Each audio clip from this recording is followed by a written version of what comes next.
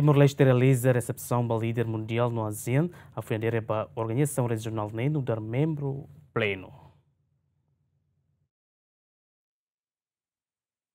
Loro na rock simera ASEAN pada hatnulo resenido deve materializa e Kuala Lumpur Malaysia segunda semana ne Timor-Leste realiza a recepção em ocasião da adesão Timor-Leste baseado no membro pleno pada sanulo resenida. Na cerimônia de recepção ne participa o líder mundial Sira, a secretário-geral ONU António Guterres, António Costa, presidente do Conselho Europeu, nosso chefe de Estado, nosso chefe de governo dos países membros ASEAN Sira, membro do governo, representantes do Parlamento Nacional, setor privado nacional, nossas entidades sociais. E a Bibane, primeiro-ministro Malásia, nosso presidente ASEAN, considera Timor-Leste o país amigo malaysiano, devemos colocar parte na organização regional ASEAN. With the ascension of Timor-Leste as the 11th member of Great ASEAN Community.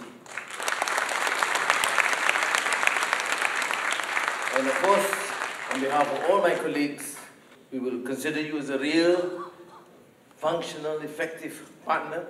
We understand your tribulations, we understand your hope and aspirations, and let us join and build this ASEAN together.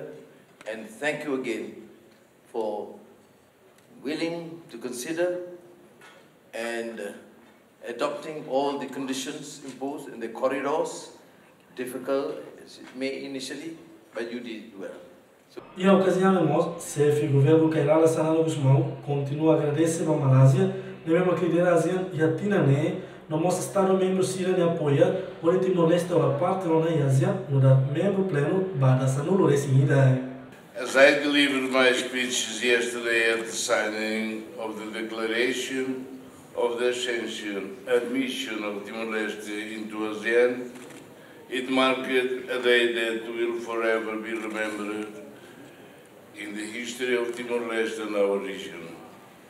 On behalf of the government and people of Timor-Leste, I once again express our profound gratitude to the government and people of Malaysia and to all ASEAN member states for welcoming us into this great family, and to all the distinguished guests for joining us on this very special celebration. In Timor-Leste, we believe that true friendship is best shared through our culture, through music, dance, and the stories of our land and people. In this occasion today, we are delighted to share a glimpse of Timor-Leste's beauty and spirit through our traditional performance.